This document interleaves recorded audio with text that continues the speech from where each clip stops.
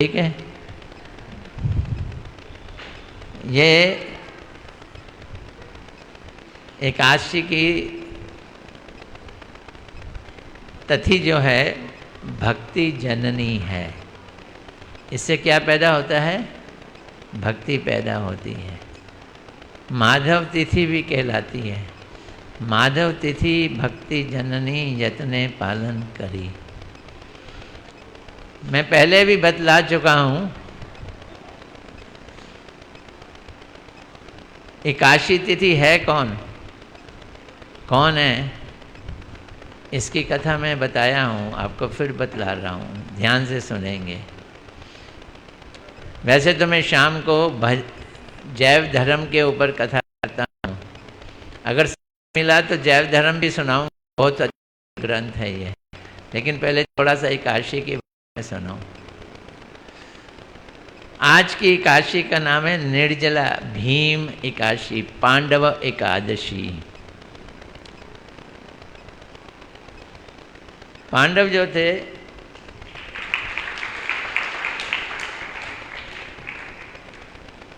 जय हो धन्यवाद। पांडव जो थे वो भगवान के अनन्य भक्त थे।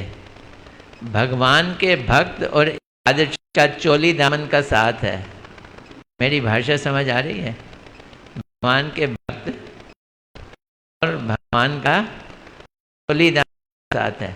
चोली और दामन एक होते हैं, नहीं होते। भक्त एकादशी जरूर करते हैं और एकादशी करने वालों को भगवान बड़ा प्रेम करते हैं। पांडव लोग बड़े मजे से एकादशी किया करते, लेकिन भीम की बड़ी मुसीबत थी। भीम के पेट में एक स्पेशल राक्षस रहा करता था, भूख का राक्षस। किसका? भूख का। तो खाने की जरूरत होती थी। वो थोड़ा बहुत खाता भी नहीं था, खाने में भी उसको बहुत सारा चाहिए होता था और बिना खाए वो रह नहीं सकता था। और कृष्ण को कहता है कि मेरे लिए कुछ करो। भाई लोग तो सब एकादशी रखते हैं और मुझे बड़ी गलानी होती है, मेरे से इतना सारा भूखा। तो भगवान कृष्ण ने कहा सेशन देता हूँ, साल में एक एकादशी रख। जेठ के महीने में शुक्ल पक्ष की एकादशी है, तो तेरे सारे व्रत मान लिए जाएंगे। तब उसने कहा अच्छा, एक एकादशी किसी तरह से गिर पड़ के रो पीट के डरते मरते रख लेता हूँ। तो आज के दिन इसलिए एकादशी का नाम ही भीमा एकादशी है। पर निर्जला रखनी पड़ेगी। हम ये देखो, मेरा ये देखो, ये निर्जला है। निर्जला का मतलब निर्मल जल। पानी देगा ये निर्मल जल, निर्जला। वो किसी तरह से जल की धारा को देखते हुए, खाने की सुगंध को सूंघते हुए एक दिन एक रात उसने व्रत रखा। इसलिए इस एकादशी का नाम पड़ गया भीमा एकादशी या निर्जला एकादशी। तो कई लोग मेरे जैसे, उन्होंने कहा ये काम अच्छा है, एसी में बैठ के 24 घंटे मैं भी निर्जला रख लेता हूँ, फिर कम से कम बाकी 24 एकादशियाँ रखने की ज़रूरत नहीं है। तो गुरुदेव कहते थे ये कंसेशन खाली किसको मिली है? भीम को मिली है। हम लोगों को ये कंसेशन नहीं है। हमें प्रत्येक एकादशी रखनी है। यही कंसेशन काफ़ी है क्या? कि हम जल पी लेते हैं, हम फल खा लेते हैं, हम दूध पी लेते हैं, ये कंसेशन काफ़ी नहीं है। इसी कंसेशन से जियो और एकादशी रखो, एकादशी रखनी चाहिए। मैंने पिछली बार भी बतलाया था कि भगवान ने जब इस ब्रह्मांड की रचना की तो ब्रह्मांड की रचना को बैलेंस करने के लिए एक व्यक्ति को बनाया, उसका नाम रखा पाप पुरुष।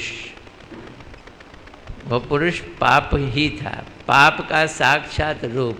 उसका माथा, उसकी आँख, उसकी नाक, उसका सारा शरीर तरह तरह के पापों से भरा पड़ा था। अब जो आदमी जैसा पाप करता था वो उसके ऊपर जाके चिपक जाता था। क्या नाम? पाप पुरुष। तो एक बार भगवान इंस्पेक्शन पे निकले, यमराज के यहाँ चले गए। यमराज जो है वो नरक की देख रेख करता है। अब देखो, नरक में तो लोग चीखते चिल्लाते हैं, उन्हें कष्ट उठाने पड़ते हैं। जब भगवान यमराज के पास पहुंचे तो उनको चीखते चिल्लाते हुए लोगों की आवाज़ें सुनाई दी। धर्मराज से पूछा, तुम्हें आवाज़ें नहीं सुनाई दे रही? बोलते हैं, मुझे तो आदत पड़ गई है, लोगों के चीखने चिल्लाने की आवाज़ें सुनने की आदत पड़ गई है। भगवान कह रहे हैं, ये क्यों चीख रहे चिल्ला रहे हैं? बोलते हैं, इसलिए चीख रहे चिल्ला रहे हैं, इन्होंने बड़े बड़े दुर्जय पाप किए हैं, उनकी भारी भारी सजाएं मिल रही हैं।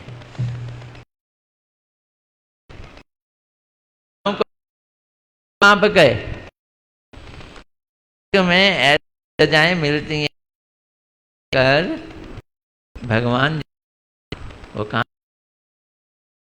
जीव तो मेरा ही अंश है, इतना मिल रहा है। पापी का नियम है, संसार आपने बनाया है तो भरेगा, वैसा भरेगा। भगवान को बड़ी दया आई। वो उसी समय वहाँ पर एक स्त्री का रूप धारण कर लिए एकादशी बन गए। कौन? भगवान कृष्ण। क्या बन गए? एकादशी बन गए। और बोले, मैं एकादशी हूँ, तुम मेरी शरण में आओ और अभी व्रत रखो, तुम्हारा सबका कल्याण हो जाएगा। नरक के सभी लोगों ने उस एकादशी की स्तुति की, पूजा की और निर्जला व्रत रखा।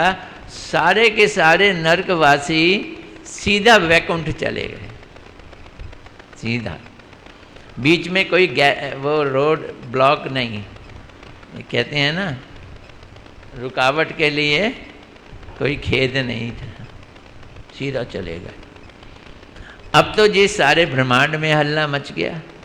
भगवान ने एक ऐसा रूप धारण किया है, उसे एकादशी कहते हैं, महीने में 2 बार आती है। उस समय व्रत रख लो, सीधा बैकुंठ जाओ, नरक जाने की ज़रूरत ही नहीं है। कितने भी गंदे काम किए हो, नरक से बच जाओगे। और लोगों ने एकादशियाँ रखनी, जब एकादशियाँ रखनी शुरू कर दी तो नरक में कोई आता नहीं, तब नरक खाली हो गया। तब यमराज जो हैं वो इस्तीफ़ा देने चले गए भगवान को कि अब मेरा डिपार्टमेंट ही खाली हो गया, मैं यहाँ पे यमराज बन के क्या करूँगा।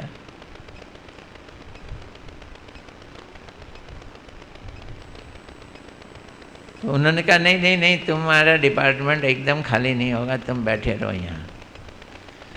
अभी यमराज आया था तो उस समय वो पाप आत्मा आ गया, वो पाप पुरुष बनाया था ना। महाराज, पहले तो लोग पाप करते थे और मैं उनमें घुस जाता था, मुझको खाना पीना मिल जाता था उनमें से। अब तो सब एकादशी कर रहे हैं, मैं किसी में घुसने लायक ही नहीं बचा। मैं क्या करूं? मैं कहाँ जाऊं? मैं कहाँ ठहरूं? मैं कहाँ रहूं? मुझे आपने बनाया है, या तो मार दो। तो भगवान ने जो एकादशी का रूप धारण किए थे खुद ही, उन्होंने कहा जो भी व्यक्ति एकादशी वाले दिन व्रत नहीं रखेगा तो उसके अंदर चले जाना। वो 1 हो, 2 हो, 10 हो, 1000 हो, लाख हो, तो उनके अंदर चले जाना। वहाँ तेरे को कोई रोक टोक नहीं है, और उसको पाप का सारा फल दे देना। तो भगवान ने एकादशी तिथि को 2 तरह से बनाया। एक, जो इसके दिन व्रत रखेगा सीधा कहाँ जाएगा? बैकुंठ जाएगा। और दूसरा, अगर व्रत नहीं रखेगा तो सीधा वो पाप आत्मा उसके अंदर घुस जाएगा, ये पापी बन जाएगा। किस तरह का पापी बन जाएगा? ब्रह्म हत्या का पापी, वो व्यभिचार करने वाला पापी, शराब और मीठ खाने वाला पापी। किया कुछ भी नहीं, लेकिन सभी पापों का उसको क्या मिल जाएगा? फल मिलेगा। तो इसलिए एकादशी वाले दिन हम लोग क्या नहीं करते? व्रत ज़रूर रखते हैं, व्रत अवॉइड नहीं करते हैं। व्रत रखो। खाया पिया नहीं जाता है, बहुत सारी खाने पीने की चीज़ें हैं। इतनी खाने पीने की चीज़ें हैं कि तुम्हारी आम दिनों में इतनी खाने पीने की नहीं बनती जितनी एकादशी वाले दिन फीस्ट हो जाती है। दूध आप ले सकते हो, दूध की रबड़ी आप ले सकते हो, दूध का खोया आप ले सकते हो, रस मलाई आप ले सकते हो, छेना आप ले सकते हो, छेने का रसगुल्ला आप ले सकते हो, काजू बादाम किशमिश ये फल आप ले सकते हो, काजू की बर्फ़ी आप ले सकती हो, बादाम की बर्फ़ी आप ले सकती हो। देखो कितनी चीज़ें हैं। और उसके बाद कूटू का आटा आप ले सकते हो। और दूसरा कौन सा आटा है? सिंघाड़े का आटा आप ले सकते हो। आटे का हलवा बना के ले सकते हो, आटे की पूड़ी बना के ले सकते हो, आटे और वो सफ़ेद क्या कहते हैं, मखाने आप ले सकती हो। मैं एक के घर में गया प्रसाद के लिए, उन्होंने मखाने को भूनकर उसको क्रश करके आटा बना के मखाने के इतनी सुंदर परौंठी बनाकर मुझे खिलाई, मैं तो दंग रह गया। मखाने की परौंठी आप खा सकती हो। ये तो सिर्फ एकादशी का व्रत है, ऐसे आप कर सकते हो। कहने का तात्पर्य ये है कि गुरुदेव तो डांट लगा देते थे। वो तो कहते हैं रखो तो निर्जला रखो, पर जो निर्जला नहीं रखता है वो सजला रख सकता है। सजला रख सकता है तो ये सब चीज़ें खा ले। खाना नहीं चाहिए, फिर व्रत नहीं होता, लेकिन फिर भी व्रत मान लिया जाता, उसे पाप नहीं लगेगा। गलत खाने का पाप नहीं लगेगा, इतना खाने के बावजूद भी।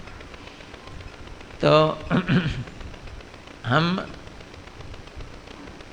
रखें इस व्रत को अधिक से अधिक। मैं एक कथा सुना रहा हूँ, उसके बाद अगर हुआ तो जैव धर्म शुरू करेंगे। एक राजा थे, उनका नाम था धर्मांगद। क्या नाम था? धर्मांगद उनका नाम था। धर्म पे चलने वाले थे वो। उनको पिछले जन्म का तजुर्बा था, इसलिए वो एकादशी की महिमा जानते थे। वो एकादशी का व्रत रखते थे, अकेले नहीं रखते थे, उनका सारा परिवार रखता था।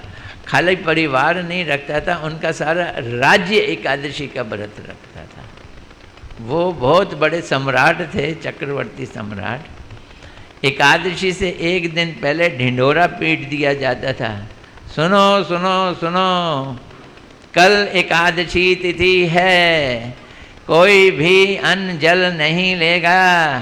अगर कोई एकादशी का पालन नहीं करेगा तो उसे देश निकलावा दे दिया जाएगा, गो आउट ऑफ कंट्री। देश निकला हुआ।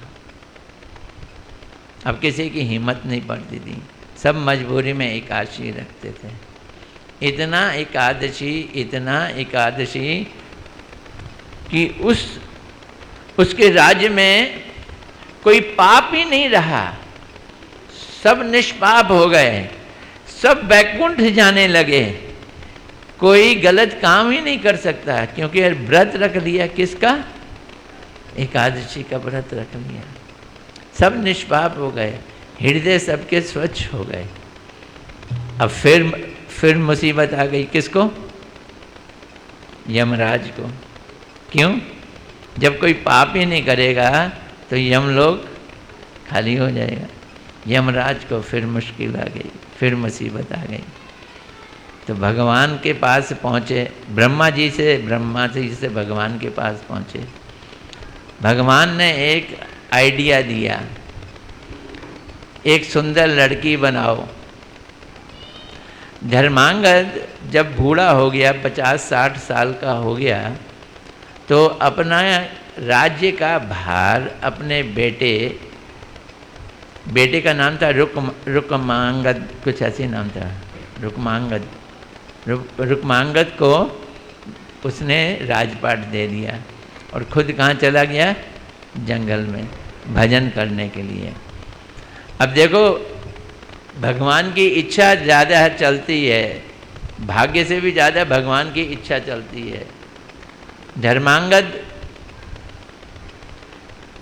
भजन कर रहा है और भगवान ने ब्रह्मा जी को कह के एक सुंदर लड़की बना दी। वो बहुत ही सुंदर थी, मिस यूनिवर्स उसके आगे पानी भरती थी। मिस यूनिवर्स देखते हो ना आप, वो उसके आगे पानी भरती थी, बहुत सुंदर, और नाचती गाती उछलती कूदती बड़े ही सरल स्वभाव से धर्मांगद के सामने आ गई। धर्मांगद कहता है, तुम कौन हो? बोलती है, मैं अपने लिए एक अच्छा वर ढूंढ रही हूँ, मुझे आप मिल गए, ऐसा लगता है मेरा जर्नी पूरी हो गई। अब धर्मांगद भी खुश हो गया कि इतनी सुंदर लड़की मुझको वर कर रही है, मैं बूढ़ा हूँ फिर भी मेरे से शादी करना चाहती है। धर्मांगद ने उसके साथ क्या कर लिया? विवाह कर लिया। अब धर्मांगद विवाह करके जंगल में तो रहेगा नहीं, वो तो राजा है। आया था भजन करने, कर लिया विवाह, ये भी चांस की बात है। चल पड़ा वापिस घर, चल पड़ा। जब घर चला तो बेटे को मैसेज दिया कि मैं वापस आ रहा हूँ, राजपाट संभालूंगा, मैं नई माँ लेके आ रहा हूँ तुम। अब जब वो घर आ गया, नई माँ को लेके आ गया, तो तब ठीक चला कुछ दिन। उस लड़की ने एक शर्त रखी थी शादी की, वो शर्त ये थी कि जो मैं कहूँगी वही चलेगा, मेरी बात नहीं मानोगे तो मैं छोड़ के चली जाऊंगी। आजकल लड़कियां ये शर्त रखती नहीं है, ये ऑटोमेटिकली अंडरस्टूड ही होती है। लेकिन उस लड़की ने तो ये शर्त रखी थी, क्या? जो मैं कहूँगी वही होगा, अगर मैं नहीं कहूँगी तो नहीं चलेगा। खैर, एकादशी की तिथि आई, राजा ने ढिंढोरा पिटवाया, ये तो आई चिल्लाती हुई, ये क्या हो रहा है? बोलते हैं, कल एकादशी है, मेरे राज्य में सभी एकादशी रखेंगे, तुम भी रखोगी। मैं और एकादशी मतलब ही नहीं, ना मैं रखूंगी ना तुम रखोगे। तुम राजा हो, खाओगे पियोगे नहीं, अगर पतले हो जाओगे, दुर्बल हो जाओगे, दूसरे राजे ने हमला कर दिया तो कैसे संभालोगे? नहीं। वो बोलता है, मैं तो रखूंगा। आपको याद है हमारी आपकी शर्त क्या थी?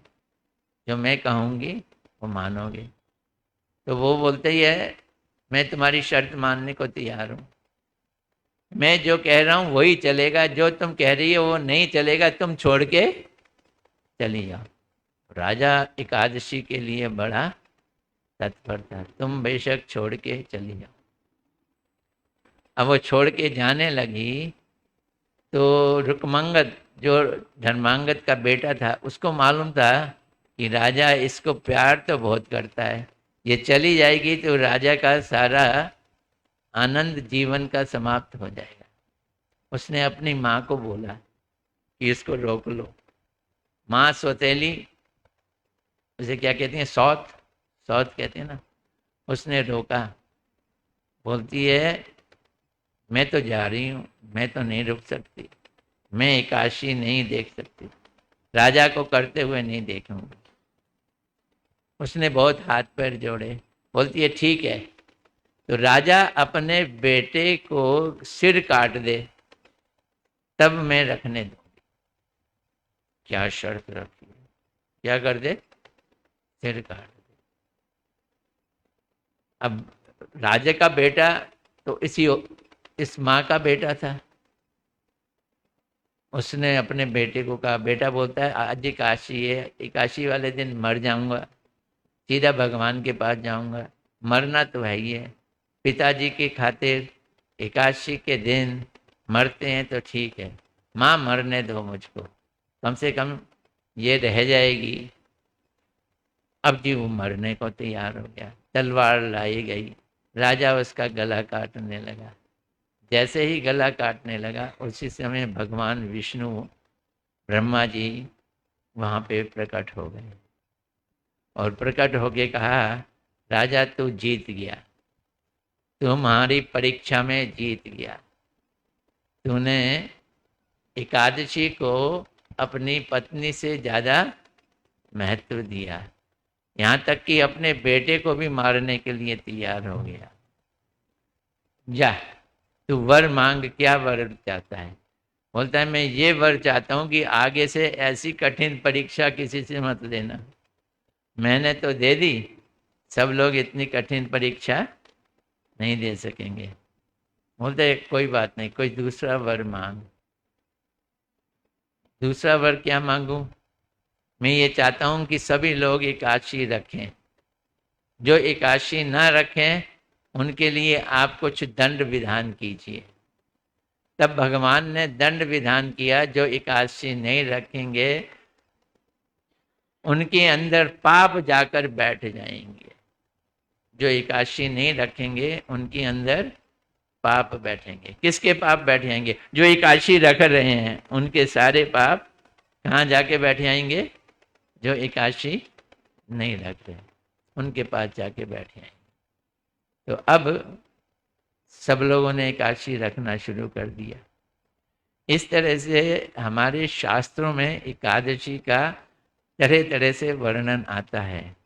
ये तो एक शास्त्रों की बात हो गई। एक सच्ची घटना, उस सत्य कथाएं आती हैं उसमें मैंने पढ़ी थी। एक महात्मा थे, वो एकादशी वाले दिन एक बहुत बड़े उद्यान में, बगीचे में जाकर कीर्तन करते थे और फलाहार सबको बांटते थे, केला, सेब वगैरह सब बांटते थे। तो वो बांट रहे थे, एकादशी का दिन था, कीर्तन हुआ, तो दूर पेड़ के नीचे दो मुसलमान आदमी बैठे हुए थे, कपड़े उनके मुसलमान के थे, वो बैठे हुए थे। तो महाराज ने कहा उनको भी जाके 2 फल दे आओ। तो जब उनको फल देने गए तो उन्होंने कहा कि हमने तो आज एकादशी रखी है, आप फल कैसे दे रहे हो? तो महाराजा ने उन दोनों मुसलमानों को बुलाया है, तुमने एकादशी क्यों रखी है? तुम तो मुसलमान हो। तो वो बोलते हैं महाराज, हम एक बार जब अपना ऑटोमोबाइल चला रहे थे, सामान भर के ले जाने वाला उनका कोई ऑटोमोबाइल था, गाड़ी, गाड़ी समझते हो ना, गाड़ी ले जा रहे थे, तो बीच जंगल में हमारी गाड़ी खराब हो गई, ना आगे कोई मिस्त्री ना पीछे कोई मिस्त्री। ना कोई रिपेयर की शॉप। हम बड़े परेशान हुए, बड़े भागे इधर उधर। उस दिन हमने कुछ खाया नहीं, कुछ पिया नहीं, गाड़ी को ठीक करने में लगे रहे, पर गाड़ी ठीक नहीं हुई।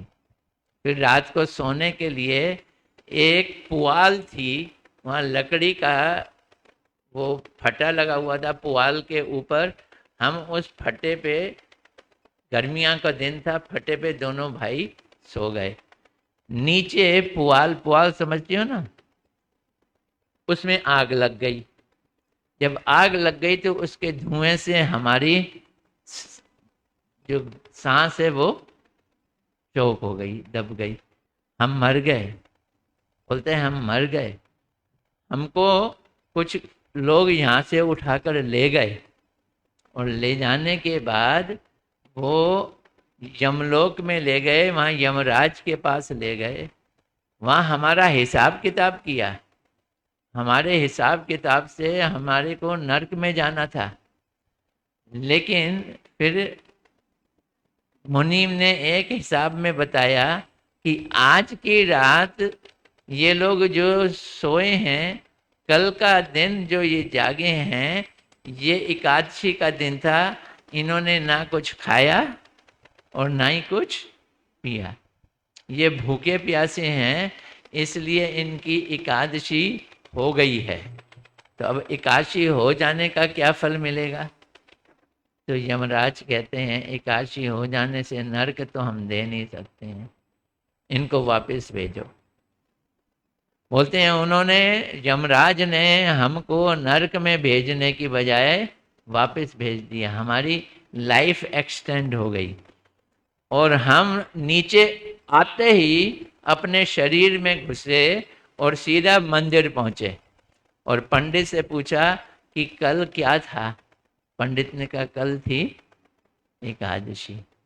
तो हमें समझ आया कि हिंदुओं का सिस्टम कितना मजबूत है, उनकी एकादशी कितनी ताकतवर है। तब से हम एकादशी वाले दिन ना कुछ खाते हैं ना कुछ पीते हो। आप फल दे रहे हो, हम लोग फल भी नहीं खाते पीते, हम निर्जला रखते हैं। तो निर्जला एकादशी रख कर उन्होंने अपनी जान बचाई, और उन्होंने अपने को नरक से बचाया है। यही बात तो अजामिल के साथ हुई। अजामिल ने अपने बेटे का नाम क्या रख दिया? नारायण रख दिया, और उस नारायण को बुलाने के कारण वो बच गया। किस चीज़ से बच गया? नरक में जाने से बच गया। और वो सीधा कहाँ पहुंच गया? सीधा पहले हरिद्वार गया। हरिद्वार में 10 साल उसकी लाइफ को एक्सटेंशन मिल गई। उसने बड़े प्रेम से भगवान का नाम लिया। फिर विमान आए और उसको कहाँ ले गए? बैकुंठ धाम में ले गए। इस तरह से भगवान की भक्ति करने वाले, एकादशी का व्रत रखने वाले, उनको बड़ा अच्छा फल मिलता है। एक कथा गुरुदेव भी सुनाते हैं। बोलते थे एक दिन एक औरत, बूढ़ी औरत मेरे पास रोती रोती आई।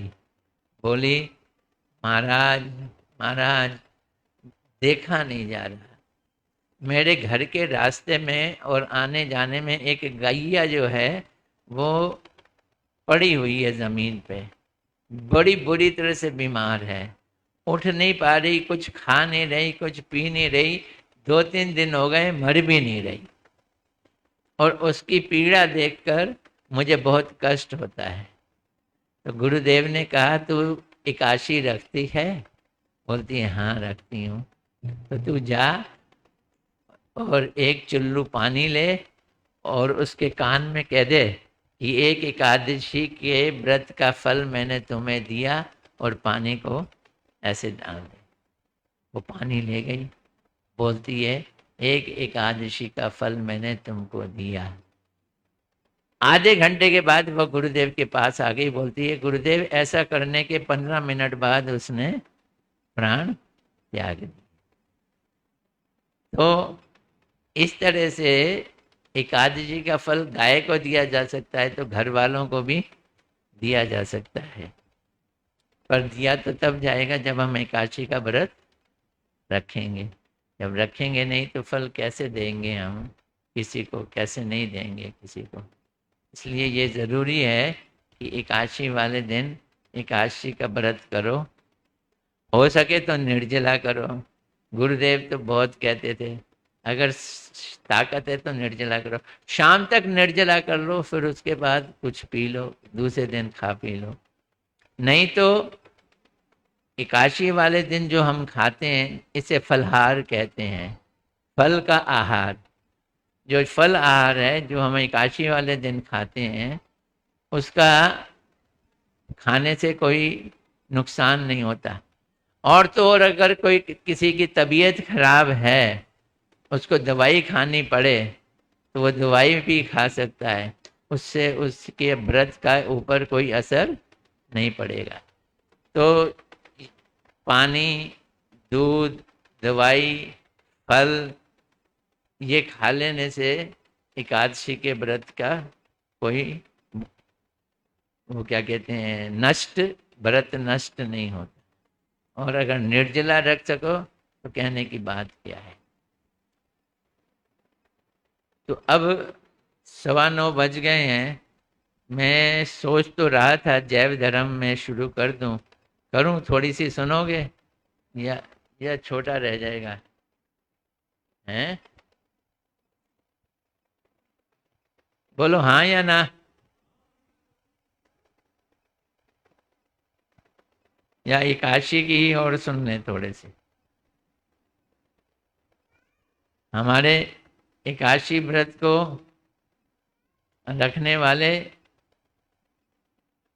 कथा सुनाने वाले नवीन प्रभु हैं, वो बहुत प्रेम से, बहुत तेजी से, बहुत ध्यान से ये कथा सुनाते हैं। एनीवे, ये भी एकादशी से ही संबंधित एक कथा है। हमारा और संसार का क्या संबंध है? क्या क्या? हमारा और संसार का क्या संबंध है? दो बूढ़े पति पत्नियों को, पति पत्नी दमयंती और चंडीदास को उनके बच्चों ने घर से बाहर निकाल दिया और पैसा छीन लिया सारा। वो लोग नवद्वीप में जाकर एक कुटिया बनाकर और एक छोटी सी दुकान बना ली, वहाँ पे रहने लगे और अपने बच्चों को धीरे धीरे भूलने लगे। वहाँ उनको एक वैष्णव मिला, उसका नाम था यादव दास। उसने यादव दास से पूछा संसार क्या है? यादव दास कहता है मैं क्या बताऊं, तुम मेरे साथ गोद्रुम द्वीप चलो, वहां पर पंडित लोग हार गए वैष्णवों से, ऐसे वैष्णव रहते हैं, उन वैष्णवों से ये प्रश्न पूछेंगे। तो वो लोग पहुंच गए गोद्रुम द्वीप। गोद्रुम द्वीप में बहुत सारे वैष्णव, परमहंस बाबा जी, वैष्णव दास, अनंत दास बाबा जी। तो जब उसने प्रश्न पूछा चंडीदास ने, तो उत्तर देने की ड्यूटी अनंत दास बाबा जी की लगी। किसकी लगी? अनंत दास बाबा जी। अब अनंत दास बाबा जी उत्तर देने जा रहे हैं और प्रश्न कौन पूछ रहा है? चंडीदास नाम का व्यक्ति प्रश्न पूछ रहा है, ये संसार क्या है? संसार के बारे में प्रश्न पूछ रहा है। तब अनंत दास बाबा जी ने कहा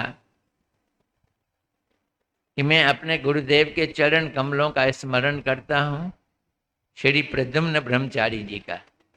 वो शिष्य थे किसके? प्रद्युम्न ब्रह्मचारी के। मतलब क्या हुआ? जब भी कोई बातचीत करनी हो तो किसका ध्यान करो? गुरुदेव का ध्यान करो।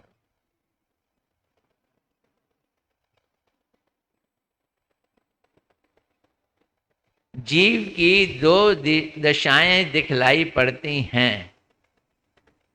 अब सुन लो, ये थोड़ा सा, ज्यादा नहीं सुनाऊंगा, मैं आपको तंग नहीं करूंगा, 5-10 मिनट और ध्यान से सुनो। दो तरह के जीव होते हैं, ठीक है। या जीव की दो दशाएं दिखाई देती हैं। एक तो जो संसार में बद्ध जीव हैं, रामचंद्र दास, ये एक जीव की दशा है।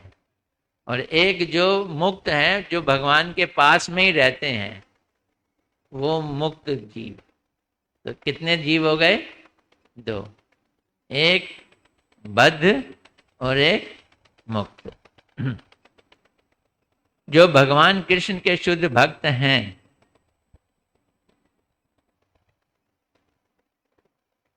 तथा जो कभी भी इस माया में नहीं बंधे, वो कृष्ण की कृपा से माया जगत से मुक्त हो चुके हैं, उन्हें मुक्त जीव कहते हैं। ऐसे मुक्त जीवों की अवस्था मुक्त दशा कहलाती है, जो माया में नहीं फंसे। अब कोई कह सकते थे ये माया क्या है, माया में फंसना क्या है, ये सब चीजें हमें समझनी है अभी। पर ये समझ लो कि भगवान का एक धाम है, भगवान के धाम में कई सारे जीव रहते हैं। उन जीवों का अपना शरीर है, बड़ा सुंदर शरीर है, वो सच्चिदानंद शरीर है। वो माया से बद्ध नहीं है, वो माया से क्या है? मुक्त है। वो माया से मुक्त है।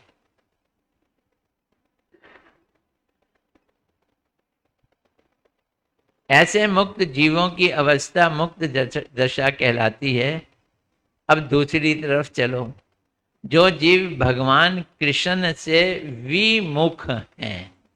क्या है विमुख? मैंने मुख भगवान से पीछे कर लिया, जो भगवान को नहीं देख रहे हैं, भगवान की तरफ पीठ कर ली है। तभी कहते हैं मंदिर में बैठो तो भगवान की तरफ क्या ना करो, पीठ नहीं करनी चाहिए। जो भगवान से विमुख हैं, और कब से हैं बतला रहे हैं। 1 साल से नहीं, 2 साल से नहीं, 1000 साल से नहीं, लाख साल से नहीं, अनादि काल से, पता नहीं कब से हैं। तो यहाँ पे हम जितने भी बैठे हैं, हम बद्ध जीव हैं। हमने भगवान से क्या कर दिया था? विमुखता कर दी थी। कब की थी? अनादि काल से। मतलब उसका कोई टाइमिंग नहीं है, अनादि काल से।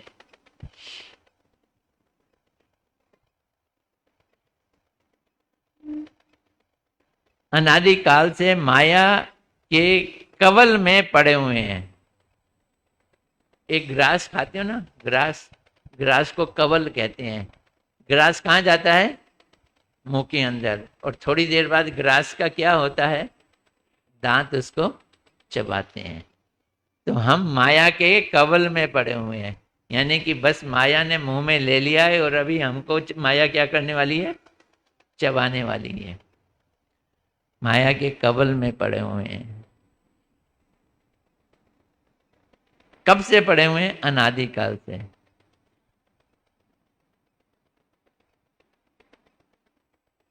उन्हें बद्ध जीव कहते हैं। ऐसे बद्ध जीवों की अवस्था को संसार बद्ध दशा कहते हैं। पूछ रहे हो ना तुम संसार क्या है? तो संसार में बद्ध दशा यही कहलाती है। ऐसे बद्ध जीवों को संसार बद्ध दशा। माया मुक्त जीव चिन्मय होते हैं। समझ लो, जिनमें माया नहीं है वो जीव कैसे हैं? चिन्मय है। हमारा शरीर चमड़ी से बना है और इसके अंदर मल मूत्र भरा पड़ा है और नर कंकाल है, और इसके ऊपर चमड़ी लगा के मेकअप कर दिया है। एक छोटी सी कविता याद रही तो बता देता हूँ, सुन लो। हमारा परिचय क्या है? तुम्हारा परिचय क्या है? इस संसार में कोई अपना होता है, ये चमड़ी का धोखा है। हम यहाँ किससे अपना तुपना कहते हैं? कोई अपना होता है, ये चमड़ी का धोखा है। ये चमड़ी रूप बनाती है, माया ये चमड़ी रूप बनाती है। नर कंकाल पर ये ऐसा रूप सजाती है कि नर कंकाल सुंदर दिखते, ये ऐसा स्वांग रचाती है। तो माया ठगनी क्या करती है, हमारे ऊपर कैसे करती है सुन लो। हड्डी से टेकअप करती है। हमारी बॉडी किससे बनी है, हड्डी। हड्डी से टेकअप करती है, बोटी बोटी बटोर बटोर कर चमड़ी से मेकअप करती है। अब चमड़ी से हम सुंदर बन जाते हैं, हड्डी से हम सुंदर बन जाते हैं, जबकि ये कोई भी सुंदरता की चीज नहीं है।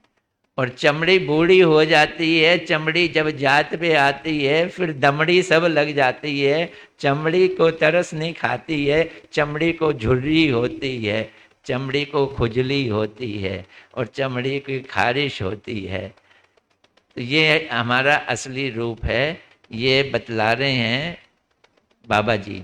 बद्ध जीव, माया मुक्त जीव चिन्मय होते हैं, कृष्ण के सेवा में लगे रहते हैं, वो चमड़ी के नहीं बने होते, वे जड़ जगत के नहीं हैं। वे जिस विशुद्ध चित्त जगत में वास करते हैं वो भगवान की दुनिया है। उसका नाम है गोलोक वृंदावन, उसका नाम है बैकुंठ, उसका नाम है अयोध्या।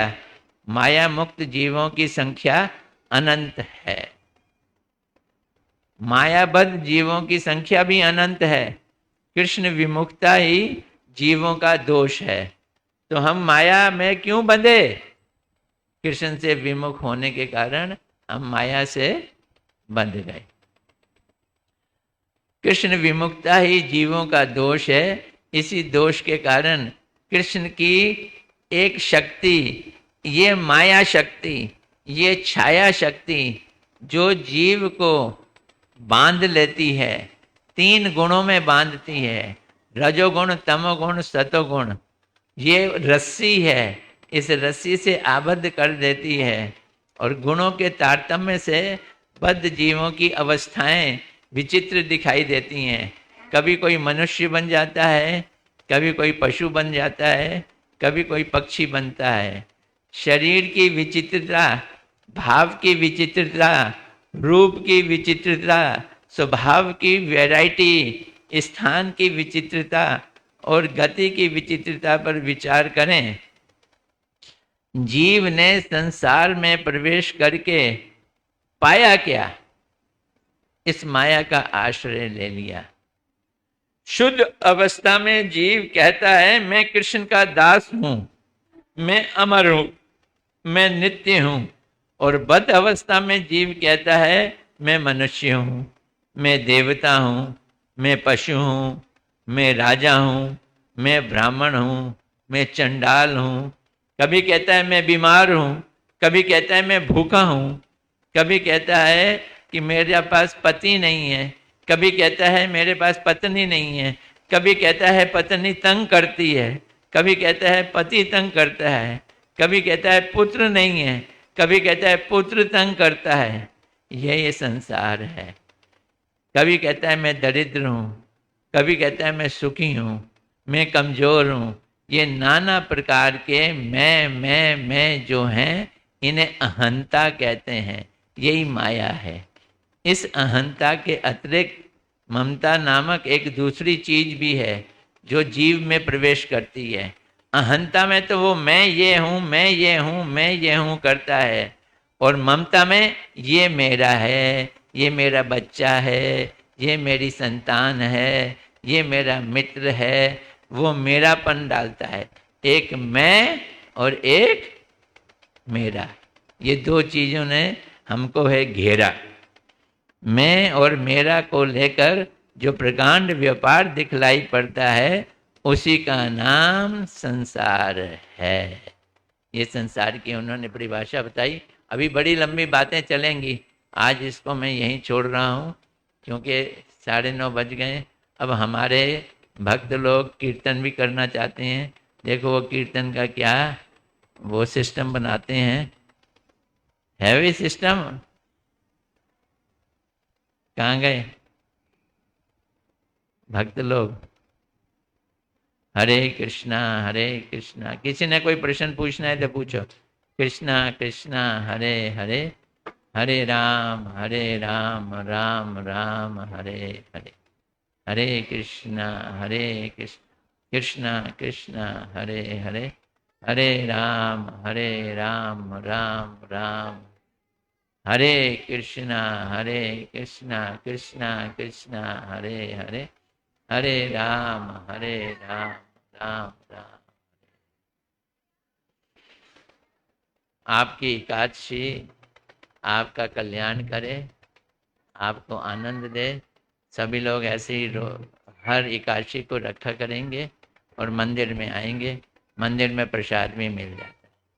कौन सा प्रसाद? एकादशी का प्रसाद मिलता है। मिला?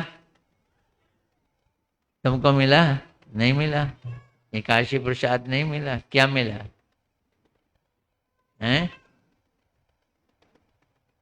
कुछ भी नहीं मिला? लेट हो गए। लेने वाले तो सब ले लवा के चले आए हैं। कितने लोगों ने प्रसाद लिया? हाथ खड़ा करेंगे। और बहुत सारे लोगों ने नहीं लिया, उन्होंने निर्जला रखा होगा। देखो शायद अभी बाहर बढ़ रहा होगा ये प्रसाद, मेरा ख्याल है चल रहा है अभी। ले सकते हो, आप लोग जा सकते हो। किसी ने कोई प्रश्न पूछना है तो पूछे। मैं अधिक देर आपको और नहीं बैठाऊँ।